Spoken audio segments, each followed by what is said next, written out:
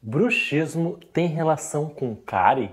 Bruxismo em criança tem relação com vermes? Disfunção temporomandibular é tratada restabelecendo guias oclusais? Pare de cair em qualquer pegadinha da internet.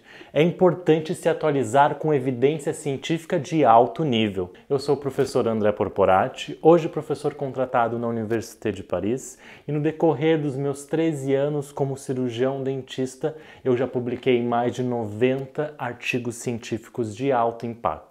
Toda segunda-feira eu ministro uma aula gratuita sobre o universo de DTM, bruxismo e neuropatias dentro do ATM Flix. E eu quero te ensinar isso também.